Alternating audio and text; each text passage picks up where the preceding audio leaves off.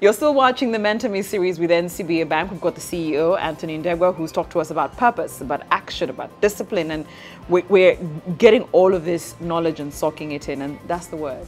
Knowledge. I know, I get it. You're like me in school. Once I got done with graduation day, put that certificate on the other side, and that is it. I stopped learning. Did you? So you are a teacher, were a teacher? I was. You were a teacher. For a long, long time. Did you enjoy it? So much. Really? I would even go back and teach. Really? I would go back like this. Why? I even look for opportunities here in Uganda to teach. And I do it for free. So wow. Since I can't get into an institute, what I do is that I look at an opportunity to just to talk about stuff, to talk about, to talk to people about what I do. Wow, That's interesting. What I do. Yeah. What is knowledge? Okay, it's not the grades. Knowledge is not the, knowledge is power. It is power. Those mottos on our school. You know, whatever. knowledge is power. We need to realize that. And it's amazing that in school, we don't realize what's happening. No. But you know what's happening in school? In school, a university, a institution of learning is an environment. It's like a lab. It's an environment. In that environment, you're exposed to different things. That's it. You're just exposed to, and then you react in different ways. And in so doing, you discover yourself. So that's school for you. Very structured, very protected, and you have an exam, which then says whether you know or not. All right?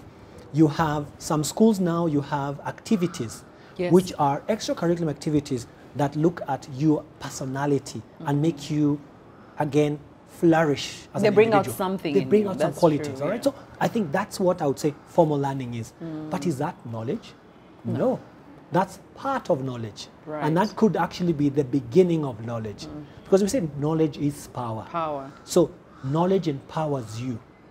How do you acquire knowledge? You acquire knowledge through study. So you go and read a book, you go in school. Okay, that's one environment.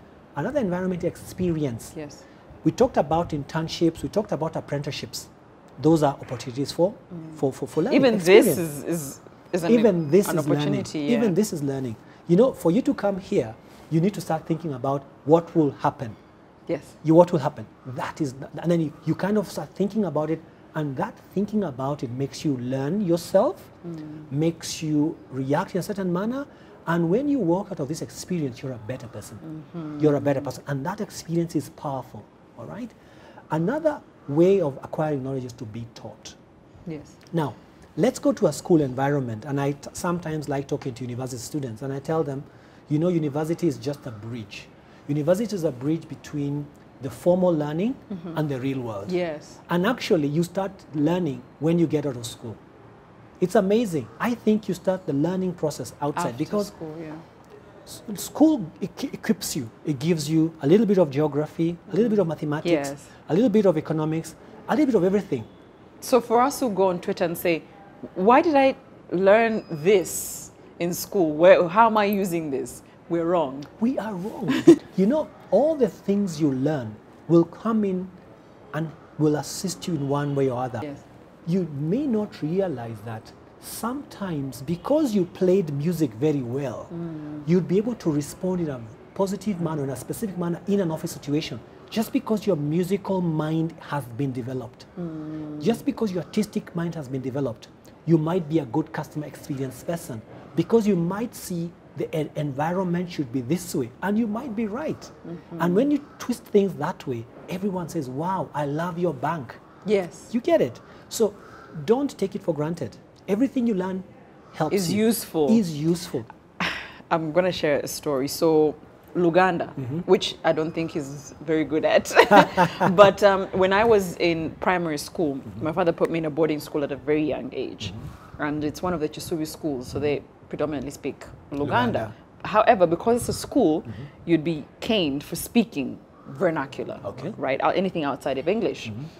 I didn't speak Luganda, so I was spared the canes. Yes. However, it was actually on one of the subjects that was given to pass. Yeah, Luganda. Yes. In O levels and A levels.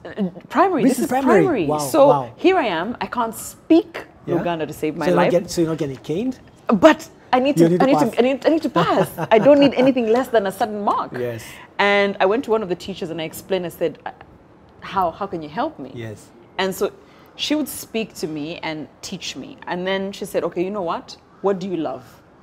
I said so many things. And in there I said, I like to pray. Yes. And, you know, like young, but 6 years old. And she said, you like to pray? Yeah. Great. You'll be reading, you know, the first reading and the second reading in church. In Luganda. Exactly. Wow, so there I was in church saying, so more. But it helped me. Yes. That I could read Luganda. I wouldn't understand what it meant, but I was very good at reading it. And I thought, oh, okay, that's just something to get a 90 plus done. Years later, I got my first introduction before radio, was as a voiceover artist. Yes. And so I'm reading English scripts. And so someone says, oh, it's unfortunate you can't read Luganda or translate it because there's a job.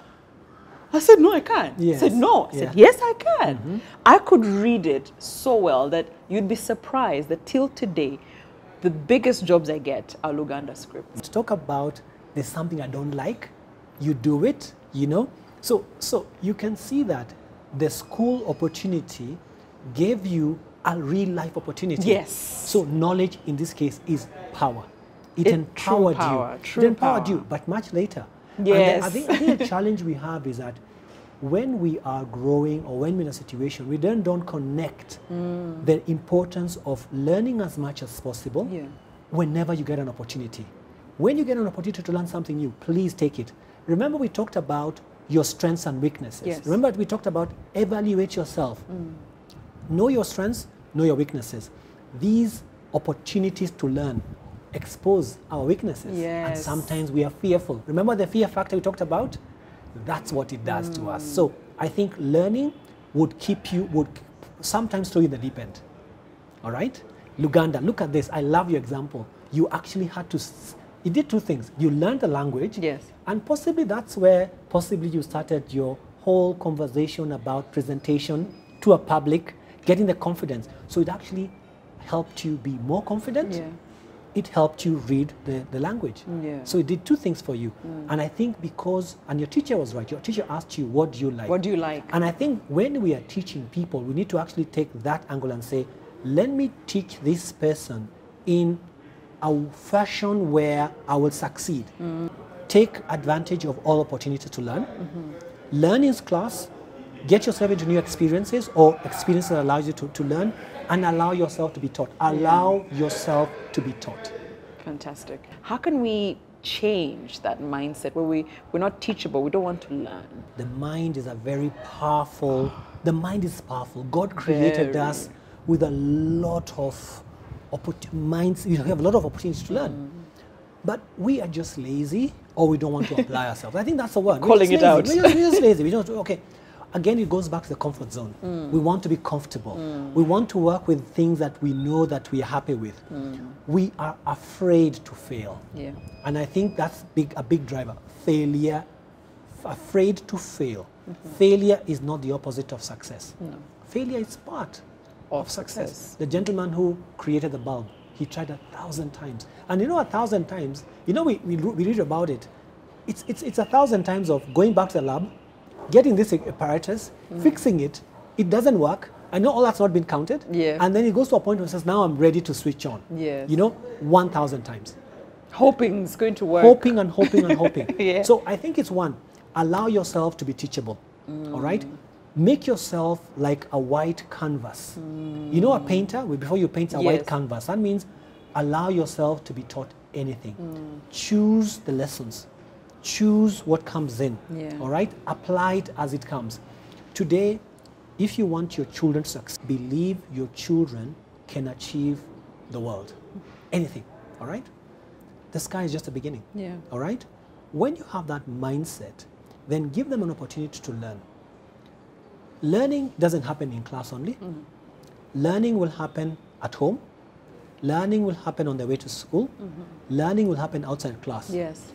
Allow the children to get some form of internship. You know why? Because when you get out of school, you need to learn to work. Yeah. Even working, you need to learn. All right? You need to learn to be in a team. all right? Forget about what we did in campus. You know, in university, we were put in groups. Group coursework. Group coursework, yes. and then you're all given either an A or a D or an F. You know what I mean? Forget about that. These are important. I'm not saying it's important because it allows you to appreciate a team. Yeah.